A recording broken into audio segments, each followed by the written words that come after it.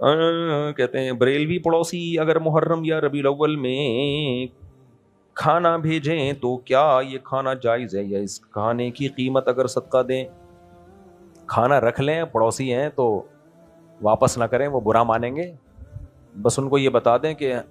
ہم اسے ٹھیک نہیں سمجھتے، ان کو پتہ ہی ہوتا ہے کہ ٹھیک نہیں سمجھتے یہ،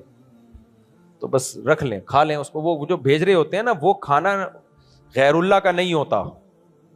یعنی کسی بزرگ کے نام کا کھانا نہیں ہوتا، وہ اللہ ہی کے لیے ہوتا ہے، لیکن ایک بدعت ہے۔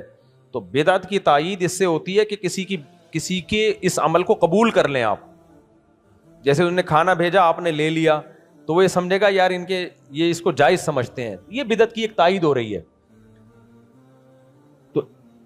اس لیے اصولی طور پر تو یہ کھانا لیا ہی نہ جائے، ان کو بتا دیا جائے کہ ہم اس عمل کو پسند نہیں کرتے،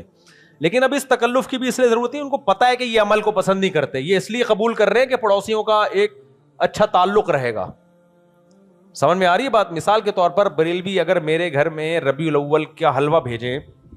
تو میں اگر قبول نہیں کرتا تو بدتمیزی سمجھی جائے گی نا،